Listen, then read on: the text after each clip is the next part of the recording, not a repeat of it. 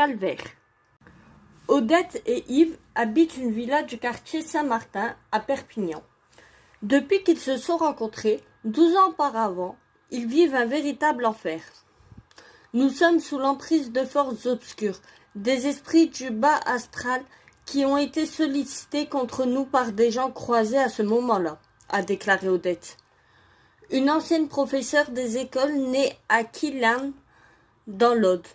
De nature sceptique, elle n'avait jamais rien observé d'inhabituel de sa vie. Puis elle s'est installée avec Yves et des incidents étranges ont commencé à se produire. Des tableaux bondissaient des murs, des objets disparaissaient mystérieusement, d'autres bougeaient tout seuls et des voix s'élevaient d'en dessous leur traversin. Pour Yves, chauffeur routier à la retraite, le pire n'était pas les phénomènes inexplicables, mais les attaques physiques dont il était victime. On s'est subitement mis à avoir des vertiges inexpliqués, des pâleurs cadavériques. On était vidé. Il sentait parfois des piqûres dans les jambes que rien ne parvenait à calmer, sauf des frictions d'eau bénite. Au cours des mois suivants, les manifestations se sont enchaînées, les plongeant dans la perplexité. Nous n'avons pas immédiatement pensé à de la sorcellerie, a expliqué Odette. J'ai toutefois fini par consulter une cartomancienne qui a évoqué à demi-mot un ensorcellement de magie noire et m'a aussitôt envoyé chez le père Broussard, exorciste du diocèse de Perpignan. Le prêtre a tenté de les aider sans parvenir à résoudre le problème. Désemparés, ils ont visité différents spécialistes dont un radiesthésiste de Bugarache, dans l'Aude. Il nous a diagnostiqué un envoûtement de mort. Depuis, ils y retournent régulièrement dans l'espoir de parvenir enfin à conjurer le mauvais sort.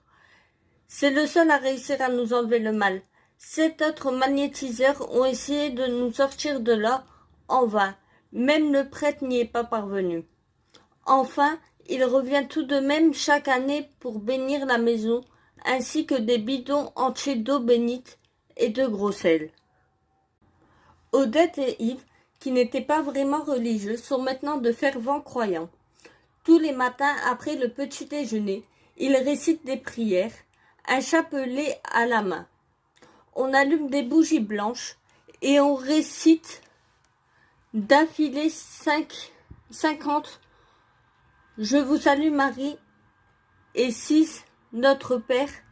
Satan a peur de Marie, a expliqué Yves.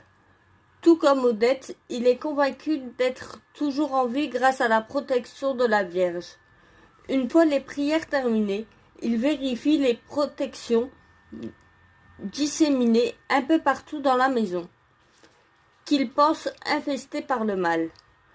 Une croix en gros sel béni devant l'entrée, et des vases et des verres remplis d'un certain mélange. Un tiers de gros sel béni pour 2 tiers d'eau bénite dans toutes les pièces. L'après-midi, ils se servent d'un pendule et le soir, ils lancent de puissants désenvoûtements. Malheureusement, toutes ces dispositions se révélèrent parfois insuffisantes à les protéger des violentes attaques dont ils sont l'objet. Et ils ont acheté un grand nombre d'ouvrages ésotériques pour tenter de les contrer. On est armé pour mener un combat spirituel sans merci, a déclaré Odette. On a acquis des dizaines de livres d'exorcisme avec des rituels différents adaptés à chaque charge occulte. Un divorce pour possession démoniaque. Au mois d'avril 2017, les juges du tribunal de grande instance de Milan ont examiné la demande d'un homme qui voulait se séparer de son épouse car elle était possédée par le diable. Il l'accusait d'obsession religieuse avec des comportements compulsifs attribuables à la possession démoniaque et demandait à ce que le divorce soit prononcé à ses torts. Sa femme, une fidèle pratiquante, était victime de phénomènes inexplicables depuis des années. Il savait qu'elle ne les produisait pas volontairement, mais il considérait le résultat tout aussi éprouvant. Le tribunal a décidé de mener une enquête et il est apparu que de nombreuses personnes, la sœur de la dame, des ecclésiastiques et des fidèles, pouvaient confirmer les incroyables allégations de son mari. D'après le prêtre de sa paroisse et un moine capucin, la femme se tétanisait. Elle était victime de violentes convulsions qui nécessitaient l'intervention d'un tiers faisant fonction de contenant. Et elle se torchait frénétiquement sur le sol de l'église à une occasion. Et bien qu'elle soit de faible constitution, il l'avait vue soulever un lourd banc de bois d'une seule main et le jeter sur l'autel. Parfois, elle était soulevée et projetée dans les airs, et elle retombait à une distance considérable. Interrogée par le tribunal, la pauvre femme a répondu d'une petite voix qu'elle n'aimait pas parler des événements qui ont été examinés par un évêque exorciste du diocèse de Milan.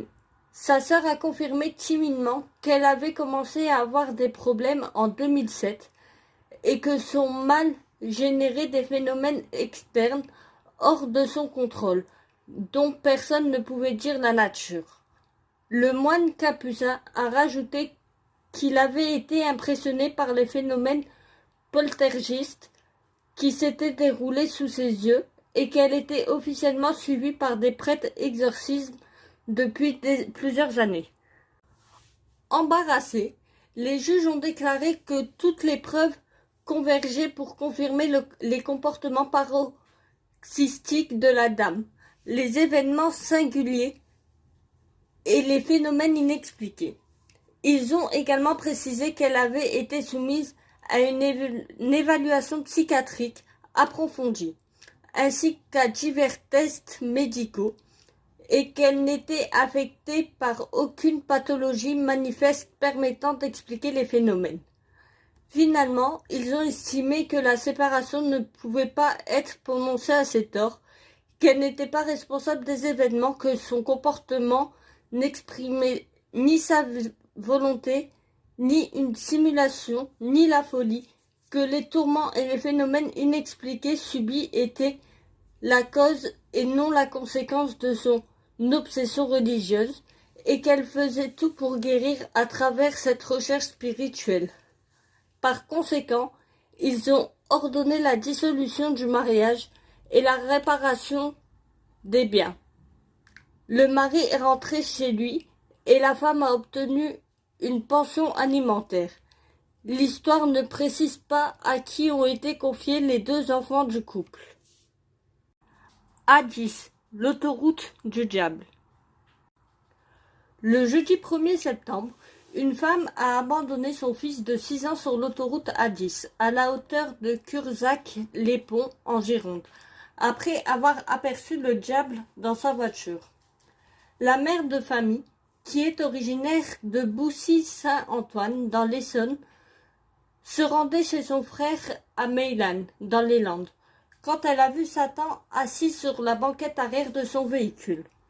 Terrifiée, elle s'est empressée de faire descendre l'enfant, et elle a continué son chemin.